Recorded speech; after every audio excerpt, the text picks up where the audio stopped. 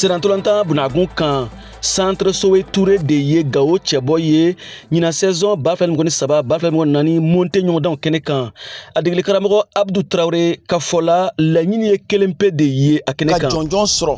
n'o ye première place ye équipe in bɔra Gao kana Bamakɔ première place de ɲini u b'o de ɲini Ala fɛ ni Ala na kɛra sɔnna ma fana an bɛ taa nɔfɛ ne bɛ première place de la vraiment an b'o de ɲini Ala fɛ an nakun don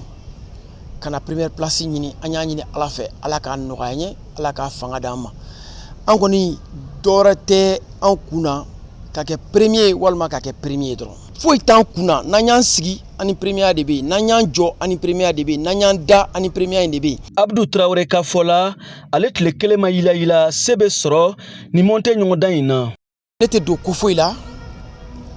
ko n ka taa jɔyɔrɔ filanan jɔyɔrɔ sabanan ɲini ko min na ne bɛ don ka kunkolo de minɛ n ka kɛ kunkolo ye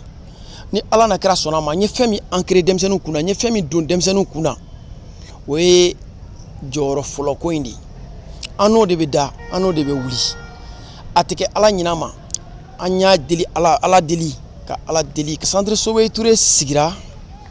a bɛ san 10 bɔ bi parce que centre min don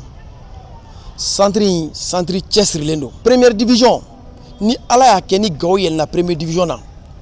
a bɛ balimaya a bɛ sinjiya a bɛ siralabɔ ɲɔgɔn siralabɔ a b'a ko fɔ bɔlɔntan de bɛ na ni fɛn caman ye bɔlɔntan de bɛ se ka fɛn caman don jamana kɔnɔ